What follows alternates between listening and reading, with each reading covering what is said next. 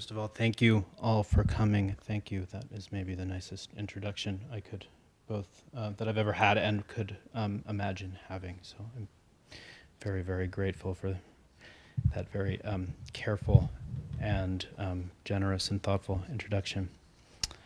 So I am going to read from a couple projects that have some video elements. So this first piece is written to accompany the second episode of Speedy Gonzales from 1955, which, as you will see, whether they meant to or not, the makers of Speedy Gonzales got straight into the heart of border politics in pretty significant ways. So I will start there.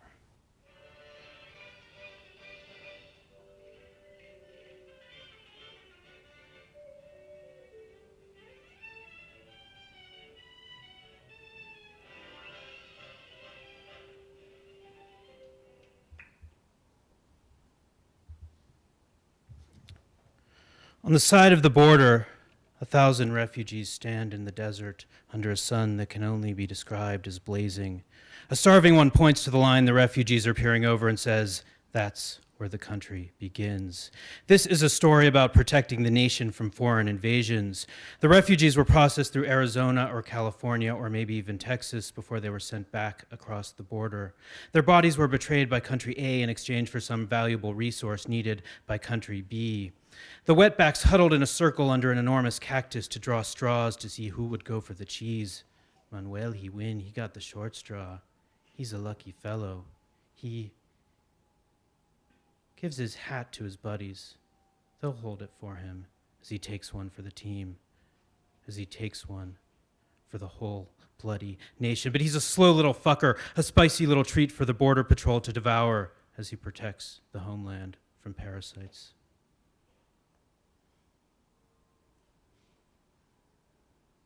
Do you remember, fellas, when we had that one piece of cheese? How nice it was to take turns passing the cheese back and forth between our mouths. We licked each other's slobber off the dirty cheese that had been in who knows how many of our mouths. He wants to know what color the cheese was, what it was made of, how many mouths had licked it. Hundreds, thousands, tens of thousands. Arresting a starving refugee, the border patrol says, "I have seen that sombrero before." I am moving through the desert and not sleeping and trying to cross the border from one sick part of the world to another. But where is the light and why does it not come in through your starving fingers? You hold your starving fingers before my eyes and there is light in them, but I cannot see it. You say, there are countries in my starving fingers. I am interested in the borders, or I am interested in the gas chambers in your collapsible little fingers. You put them to my face and I see your hands open. And in them, I see a thick wall and a sky and an ocean, and 10 years pass, and it is still nighttime, and I am falling, and there are bodies on the ground in your bloody hands. The broken bodies stand by the border and wait for the radiation to trickle out of the factories and into their skin.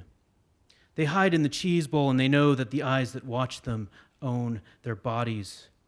A more generous interpretation might be that their bodies are shared between the earth, the state, and the bank. The sentences are collapsing one by one, and the bodies are collapsing in your bloody hands, and you stitch me up and pray I will sleep, and you tell me of the shattered bus stops where the refugees are waiting for the buses to take them to the mall where they are holding us now, and there's a man outside our bodies making comments about perspective and scale and light, and there is light once more in your bloody fingers. All I see is the desert and the little refugees falling into it. Again, that's like the most boring image ever. The desert is frozen and they are dying behind the fence and watching the guards patrolling the cheese, and you tell me they might fall and break open and that humans and countries will fall out of them and that this will be the start of the bedtime story you will tell me on this, our very last night on earth. Come closer, you say with your eyes. Move your bloody face next to mine and rub me with it. We are dying from so many stories. We are not complete in the mind from so many stories of burning houses, missing children, slaughtered animals. Who will put the stories back together and who will restore the bodies? The stories, they are there, but we need a bit more wit. We need something lighter to get us to the end of the story. Did you hear the one about the guy who picked up chicks by quoting the oral testimonies of the illiterate villagers who watched their brothers and sisters get slaughtered? Or, andale, andale, arriba, arriba, welcome to Tijuana. You cannot eat any more barbecued iguana. It was 1987 and my friends from junior high trapped me on the floor and mashed bananas in my face and sang, it's no fun being an illegal alien. The Putty Cat guards the Ajax cheese factory behind the fence right across the border. The wetback mice see the gringo cheese. They smell the gringo cheese, your gringo cheese. It smells so good, they need Speedy Gonzalez to get them some ripe, fresh, stinky gringo cheese. Do you know this Speedy Gonzalez? Asks one of the starving wetback mice. I know him. Speedy Gonzalez friends with my sister. The mice laugh. Speedy Gonzalez friends with everybody's sister. Ha ha ha, the little border crossing sneak fucking mouses think it's cute that they're invading our culture to steal our cheese, but it don't make a difference because you and I, we are taking a stroll on the electrified fence of love because I feel a little Southern Californian romance coming on right about now. I feel like Daniel from The Karate Kid because I too once had a Southern Californian experience where I wasn't aware that I was learning ancient Japanese secrets when I was waxing on and waxing off, and I am with you, Mr. Miyagi, in Reseda.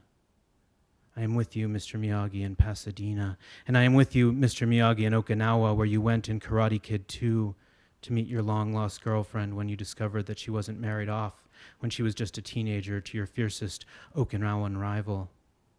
And I am with you, Mr. Miyagi, in Tijuana, where it's murder and diarrhea and always kind of kinky.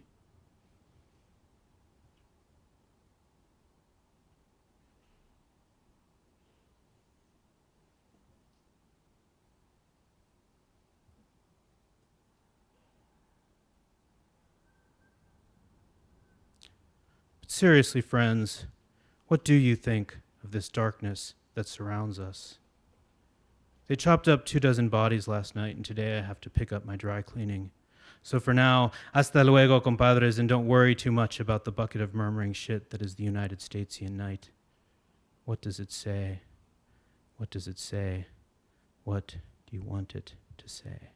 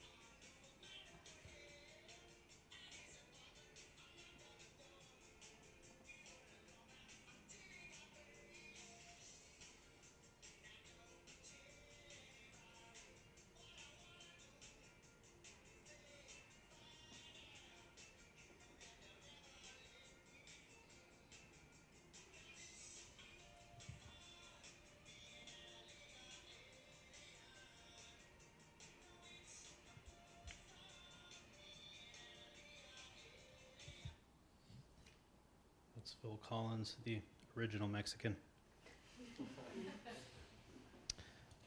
Let light shine out of darkness. I live in a body that does not have enough light in it. For years, I did not know that I needed to have more light.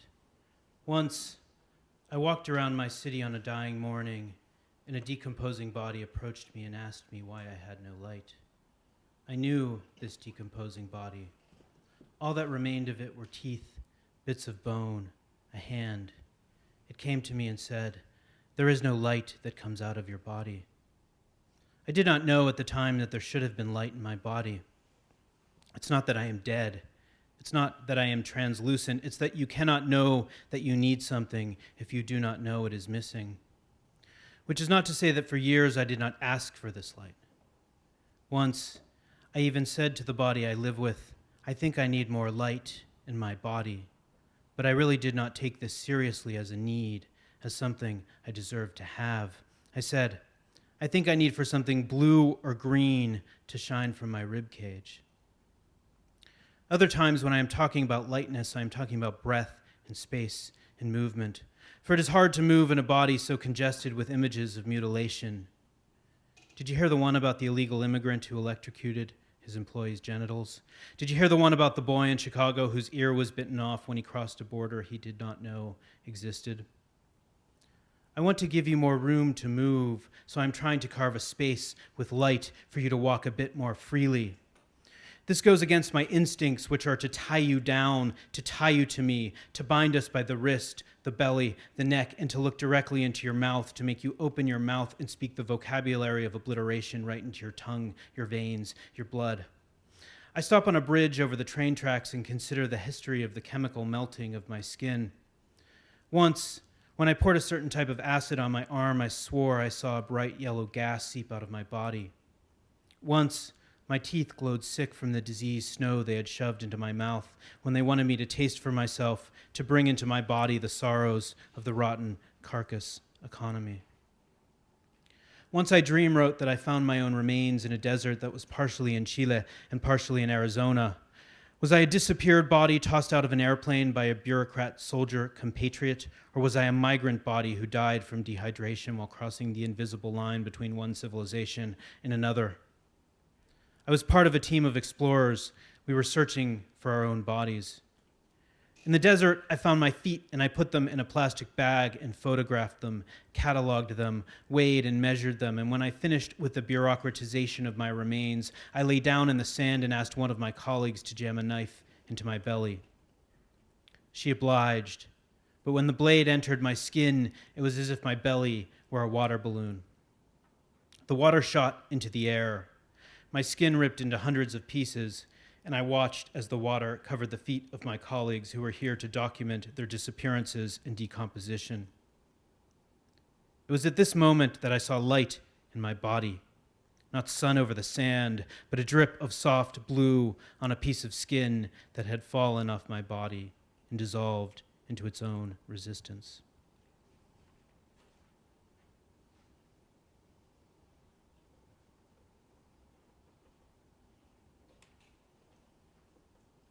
Some of you have been reading the Book of Interfering Bodies in Nate's class, so thank you, Nate, for sharing my work. But maybe I'll read one piece from it, which is the title piece called The Book of Interfering Bodies, which begins with a quote from Marguerite Duras, who says, I've noticed that writers who are superb at making love are much more rarely great writers than those who are scared and not so good at it.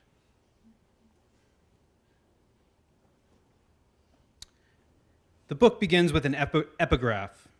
Every body that is not my body is a foreign country.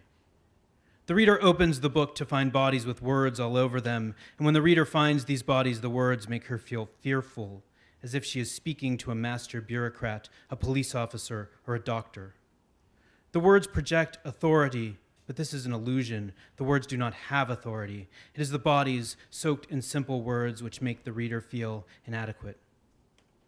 On the first page of the book, a body wiggles in a grave, and words ascend out of his mouth and hair. There is an electrical current running through these words and from one page to another. On the second page, the words illuminate the paper, and out of the light appears a bureaucrat whose eyes are two television sets inside of which there are two writers trying to make love, but there is something on the TV screens that comes between them. It is the carcass of a dog, and then a man in an expensive suit who falls out of a window, and then a baby lifting her head out of the desert sand, then a disembodied arm, then a starving body sleeping on cold streets, then an African war, an Asian war, a European war, an American war, then radiation poisoning, polluted baby formula, children with missing limbs, and this goes on for pages. Each page is an image that prevents the bodies from making love. A strong wind starts to blow through the pages, and a young girl appears with television sets for eyes. The wind makes the light turn neon, and now, in the two eyes that are television sets, the reader sees her own body opening up like a volcano and flooding the pages with ash and lava and all the small animals that she inadvertently trapped as she went about the business of life. Two more young bodies with television sets for eyes appear inside the television in the eyes of the young girl. And in the blue screens, the reader sees herself trying to make love to another reader, but their bodies are blocked by cities, highways, religious institutions, languages, doors, automobiles, curtains, valleys, frontiers, oceans, wars, scientific advancements, clocks, weapons, forest, darkness, collapsing nations, and light. A man comes onto the television screen. He opens his mouth and a famine falls onto the pages. He is an emigrant, and through his eyes he communicates that he is homesick for his former body, for the wool rags he used to wrap himself in, for the hair they cropped before they threw him in the river, before they sunk him in the mud and made great economic advancements as he dropped to the bottom of the sea. I am not an individual, the man says, as he steps between the bodies who wish to make love. I am a dead mountain. My mouth is a bloody carcass. My belly is a dead river. My face is a city drowning in a storm. Perhaps I better go back to the valley, he says. But as he tries to step out of the television screen, he falls to the ground with a thud and lays there like a pile of rocks.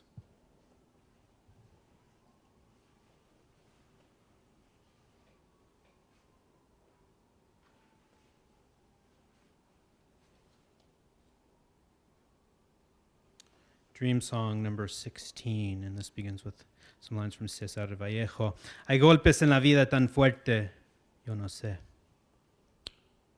They sniffed us out of the holes with the animals they had programmed, and there are blows in life so powerful we just don't know, and there were trenches and there was water, and it poured in through our mouths and out of our ears, and there are things we saw in the sand at the moment of sinking, mountains and daisies and tulips and rivers and the bodies of the people we had been, and the bodies of the people we had loved, and we felt hooks coming through the trenches, and we felt hooks coming through the sand, and I saw hooks coming through my child's clothes, and I wanted him to know that they would never be able to scoop us out of the sand, but of course it wasn't true. They had scooped us out of the sand, and our mouths were so full of dirt. It is what they do when you're dead, and they made us spit, and they beat us until our mouths were empty, and they paid us for constructing the mountain, and it was me and L, and we looked for S, and we looked for J, and we looked for O, and we looked for R, and we looked for J and S, in the holes in which the bodies of those we loved were hiding or dying or sinking or stealing some shelter, some little worm's worth of cover to keep their bodies from dissolving into the maniac murmurs of this impossible carcass economy.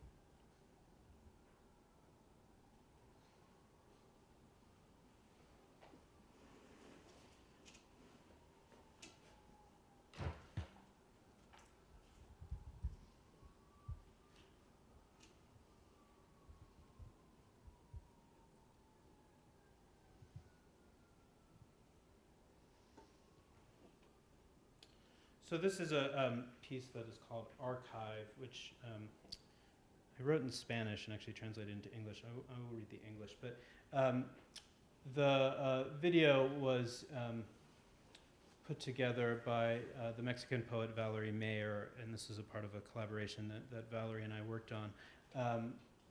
And so as part of this, we have this video, we have text. She made a series of paintings that you can kind of see throughout this little book that we made. In the video, it was also, I should mention, really someone helped us named Paul Cunningham, who's a poet who is a student at Notre Dame.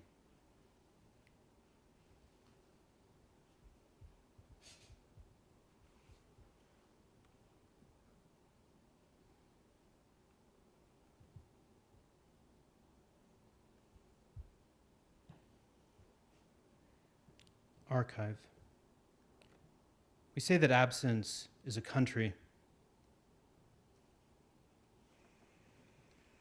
We say that in this country the mouth and the lips rent the present tense to the humans who rummage through the garbage in the bodies of the ghosts, the brothers who carry syrup and blood in their cheeks, the crazed deer, a thick gray liquid escapes through their teeth, the love we look for here. What a shame to not be able to touch the soul in its hair and its cadaver in the central orifice of its iris. And the ghosts rise from the wet grass into a blood-filled night, a howling night, a night of coronary arteries exploding. in a painting, in a mouth, in a country, in a city flooded with garbage, and the radiant blood shining, forming a layer of paint on the squirrel's fur, the urban skunks, the coyotes calmly walking through the streets of our city that no longer has any public employees. Stranded poets, stranded insects, abandoned factories. Living here, compadre, is a death rattle, a blow detonating the tongues, the teeth, the bones of the middle ear, the vestibular canals, the nerve fibers, the tiny hairs. Living in this country of our craniums is an infection, an accumulation of liquid in a cavity, eternally producing swelling in the membrane of the eardrum, serous secretion in the external part. A brief connection between a boy and a porcupine results in a nuclear thesis, a mathematical thesis, a calculation of the value of a body plus a country plus all its animals minus all its languages minus the cages of refugees minus the rivers minus the lakes minus the trees minus the reduced paisanos plus the hidden owls plus the natural gas plus the artificial blood plus the rain in the forest of your mouth. We say that the sky over this country is a liquid dripping from your mouth and the night is a minuscule explosion in your eyes. We say that the sky is a night hiding itself in the leaves of the trees covered in the history of our people's violence. Today, I look at the images projected from your cheeks. They are memories of my overdevelopment. I'm writing a story of love in the time of data fascism, and I watch the ruined sky hanging like a suicide from a tree, a suicide who climbs a bridge and looks down and his eyes fixed on the blood that flows from the right ventricle through the pulmonary artery. And the river is crushed to pieces and a kidney rises from the floor of the river. Exhumed intestines spreading across the aridity that's indigenous to our country of thirst. Yes, a sun dissolves in the face, in the eyes, in the lips of the suicidal sky. And in this book that is a country deposited not in your heart, but in your mouth where all your teeth sing as if they were not constantly checking up on the suicidal prisoners. Silence, number 1. Day number 84.39a. The water reappears and rises up to the airplanes that carry bodies and books to the perfect spot for them to fall and fall through an inverted sky.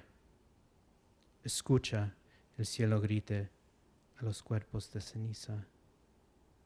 And the bodies are little stains in the sky of ash.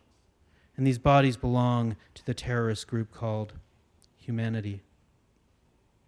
A humanity with its map of dust that forms a secret that is a wave that is a tongue sinking into a shoulder, a back where all of the secrets are countries traversed by lungs, by canals, by salt lagoons trumpeting the arrival of dawn.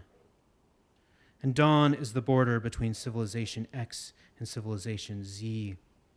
And on each side of the border, they construct tongues covered in sand and desire and a sinuous nostalgia. And the tongues lick up the border, they get lost in the glass, the wind in a field sown with wheat with ambassadors of the paths that split me up into unmistakable statistics. Forced silence, number 2. Children, listen well. If we would have been tulips, if we would have been countries burning up on the borders of our ribs, if that's what we would have been, then the question you pose would be inevitable. Silencio forzado a partir de mi esperanza. Calm down, sister. Deep breath, and don't swallow the seeds of our inexhaustible invisibility. An authoritative voice says, Mama, I hope to get to a crumbling country. A historical body which is a cell of a neck of an animal so fragile or so powerful that when it goes out into the sun, its cities dissolve, its little jungles dissolve in its mouth, in its granular bones, those fibrous bones, and that nothing silenced by a green poison, malicious, infectious. Unfortunately, I exist. Forced silence, number 2.2. How can it be that there are people who know nothing of the blows of life? My love is a fragile animal scraping a whiff of vapor, eating away at the last membrane in your voice, at the crystals shooting out of your face.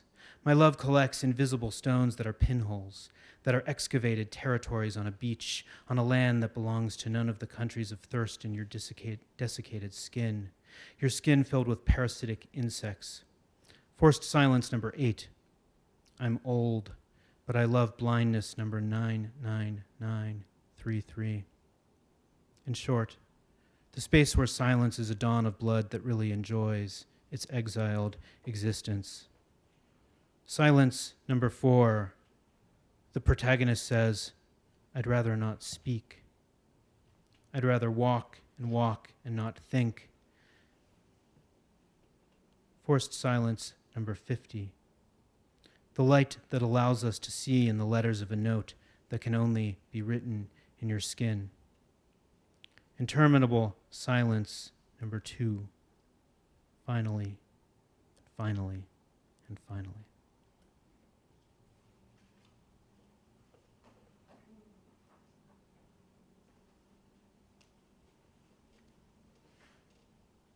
I will read 2 more pieces.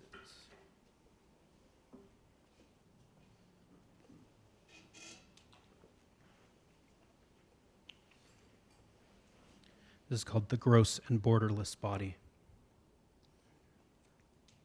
This experiment in light poetry continues with an immigrant at the border that separates Indiana from Illinois. It's a dream I have at least a few times a week. The immigrant is a racially ambiguous, stateless poet from a country whose name for United Statesians is hard to pronounce. The dream immigrant approaches a very short man who's guarding the border, and they have what, from a literary perspective, is an interesting discussion about the aesthetics of the current reigning earth god and his relationship to the body of the displaced immigrants roaming the border territory between Illinois and Indiana. Let's try that again. Hello, my name is... I come from a village where there's no clean water and where if your nose is shaped a certain way or if you're too tall or too short, you're likely to be murdered, raped, or dismembered. These tribal feuds date back to the 14th century when a short guy with a long nose fucked the wife of a tall guy with a small nose. Since then, our peoples have hated each other and many of us are in the diaspora. This is not an academic problem, and I don't mean to suggest that there is any lightness to my situation. It sucks. It totally fucking sucks to have to travel the world, to leave my people and village, and to get stuck in some shit town in Indiana where the portions at the restaurants I can't afford to eat in, except when I'm taken to lunch by a minister or a social worker or a rabbi, could provide multiple meals for like 8 of my nephews and nieces. I'm not used to eating so many potatoes in the morning. Who the hell eats potatoes in the morning? Why would anyone want to eat potatoes in the morning? Here is my body. I could really use a job. Here is my body. I could really use a job. Here is my body. I could really use a job. This experiment in light poetry continues with the immigrant at the border being hatcheted to death by a so-called early American guarding the sand dunes and the power plants. Or he is put to work in the basement of a chemical storage facility that has recently flooded and is filled with excrement, nuclear waste, and the carcasses of washed-up animals. He finishes sucking up the water from the floor only for another flood to happen. The state keeps flooding and the sewage gets no better, and he spends the summer cleaning the excrement off the floor until his body itself is filled with excrement, nuclear waste, and the carcasses of washed-up animals. Other nights, I dream of a beautiful scoop of ice cream, vanilla bean with hints of mint and jasmine, to be eaten out of a silver dish on a terrace overlooking a war-torn paradise whose citizens are mending their bodies in the aftermath of a successful socialist revolution. We are sharing the resources, says a mechanized voice over a loudspeaker. Now stop eating that ice cream. You are stealing milk that belongs to our children. You should be more conscious of the resources that belong to our children. You are wearing a t-shirt that was made in a factory in a part of the world that smells just like ours. Do you know the people who made your t-shirt? Have you explored your relationship to the people who made your t-shirt? You should tell the store where you bought your t-shirt that they need to charge more money for your t-shirt. They need to charge more money for your t-shirt so that the workers in the factory in the nameless island where your t-shirt is made can afford to buy milk for their children. Are you so fucking stupid? Charge more for this t-shirt and the money will only go to the CEOs. So what am I supposed to do? Where am I supposed to get my t-shirts? I call my mom. Mom, is there anyone you know who sews t-shirts? But if I don't buy the t-shirts, then isn't this just as bad for the people in the factories? Oh, you and your naive politics. Tell me about the dream again where you were buried amid a pile of corpses in the desert that your city has become after all of its tallest buildings were obliterated by foreigners with missile launchers. Did you hear the one about the tongue that couldn't stop licking everything it saw? It belonged to a United Statesian worker whose face was reduced when his union job at the Hyatt Hotel disappeared in the dying days of the rotten Carcass economy. This poem is dedicated to that tongue. It's hungry and thirsty. It will lick every crack on your skin.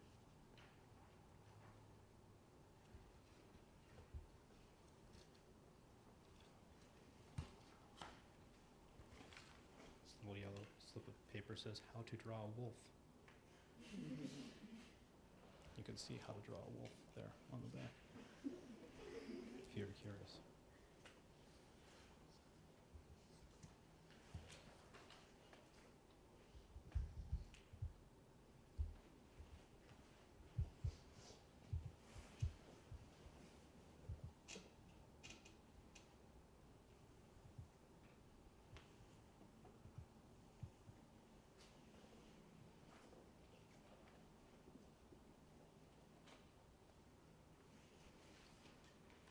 So I've been writing a series of pieces that section of a book that right now is called The Riots, just the section of the book, which are kind of me literally kind of transcribing riots footage from YouTube. So I've been sort of doing this across different cities and different time periods and with different populations of rioters, let's say. So this is from Athens in the demonstrations following the austerity measures in 2011. And it says it's 7 minutes, but I'm going to skip around, so I don't have to worry too much.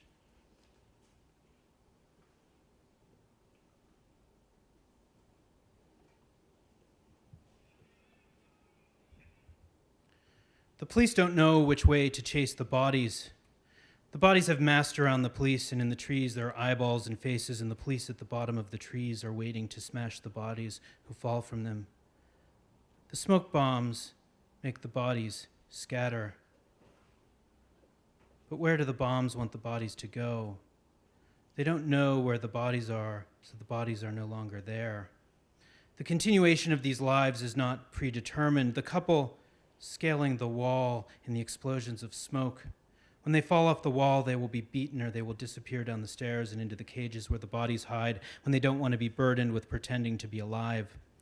The bodies scatter down the stairs and towards the cages.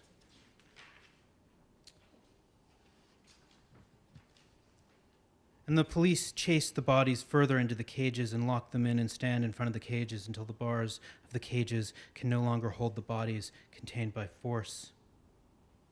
The police have shields, white helmets with masks over their faces. A man in an orange bib and a white beret run towards the officers. The police officers flick him down the stairs. They flick him away and toss him down the stairs. And the police officers at the top of the stairs throw garbage, bottles and cans and rocks down at the bodies at the bottom of the stairs. From the bottom of the stairs, a chair is flung at the police. There are 18 police officers at the top of the stairs. Wood flies up from the bottom of the stairs. Rocks fly down.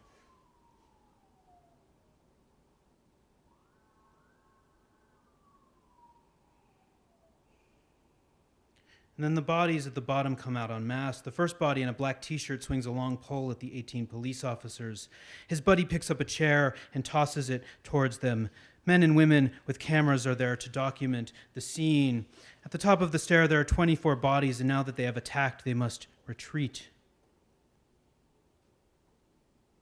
The body in the orange bib is blinded by tear gas. He falls to the ground and covers his eyes at the top of the steps. A police officer beats him with a club, a swift tap on the head, and the officer steps back, and the other bodies come to collect the fallen body. And they do not back away from the police, though they are unarmed, while the police have shields and weapons. They push towards the police, and the police begin to step back. And then the body in the pink bib is carried down the stairs and into the cages. And then the police wave the clubs and the chairs are flung at the police. And then from the cages, from the broken bodies, comes a cloud of gas that envelops the police and pushes them back into a makeshift huddle. The mass of broken bodies steps out of the gas.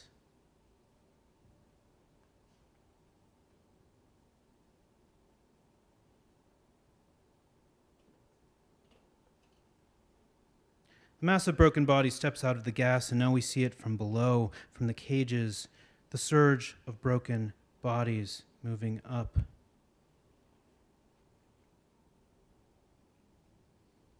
The surge of broken bodies running down. And then back up towards the police again.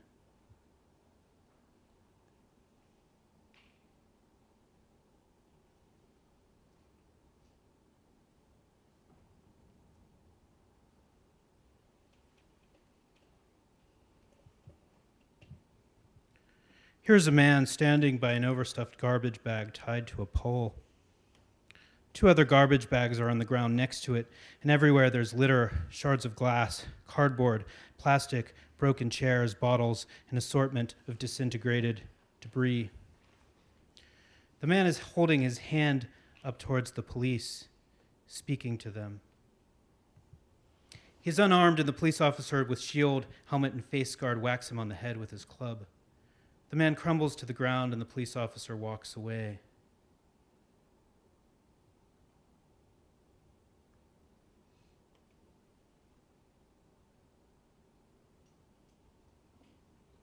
The broken man is holding his head, lying on his side, both hands covering the wound, the blood now drenching his head in 4 or 5 distinct streams, and the police retreating backwards, and the bleeding body carried off to the cage in the distance.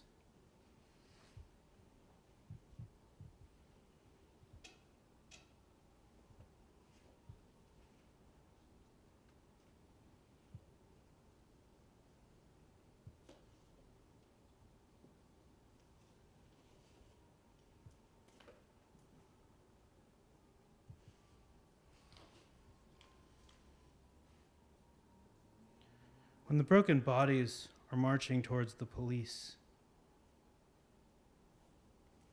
at what point do the police decide to attack them?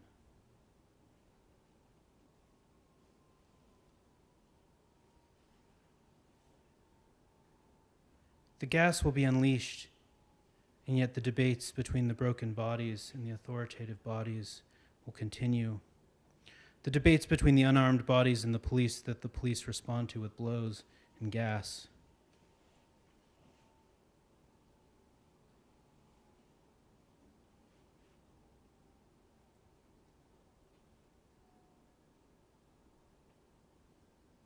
The police kick the bodies. They hit the bodies.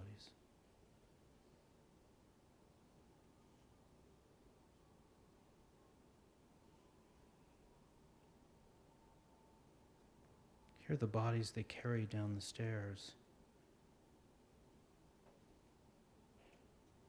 Here are the bodies they carry out in stretchers.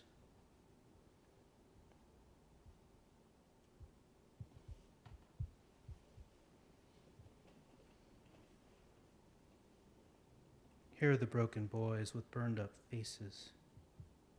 Will their broken faces be burned and broken forever? Will the bodies fall from the trees forever?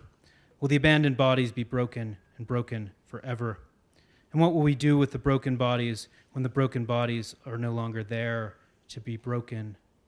And what will we do with the clubs of the police officers when there are no more clubs and no more police officers to swing them? Push aside the hollow bodies, say the authoritative watchdogs. Stick them into the cages with the other broken bodies, with the other ugly meat. And there will be nowhere to go because there will be nowhere to go. Don't move, broken bodies. Don't go, broken bodies. Break slowly, broken bodies. The beginning of your bodies must die. Thank you.